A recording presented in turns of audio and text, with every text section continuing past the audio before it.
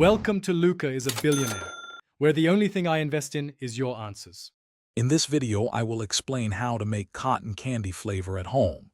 Creating your own custom flavor is simpler than you might think, using just a few key ingredients.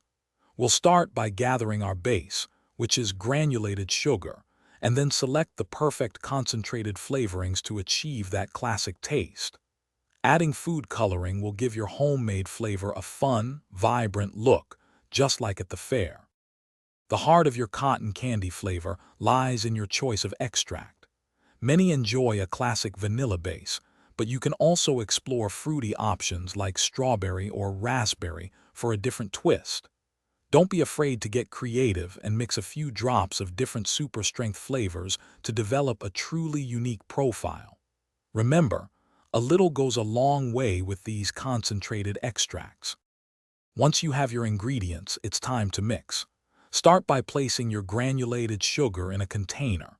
Carefully add a few drops of your chosen flavor extract and food coloring.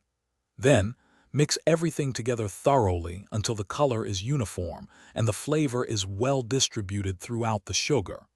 If the mixture feels a bit damp, spread it out to dry completely before storing.